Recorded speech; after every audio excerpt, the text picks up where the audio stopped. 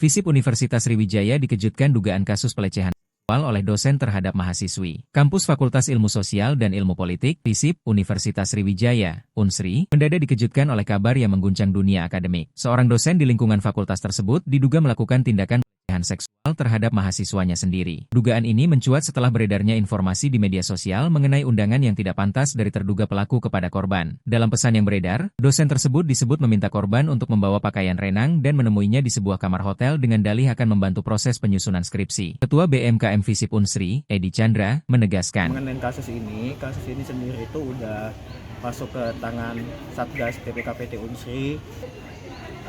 Satgas PPKPT Unsri juga memanggil terduga pelaku, memanggil korban, juga korban udah didampingi secara psikologisnya.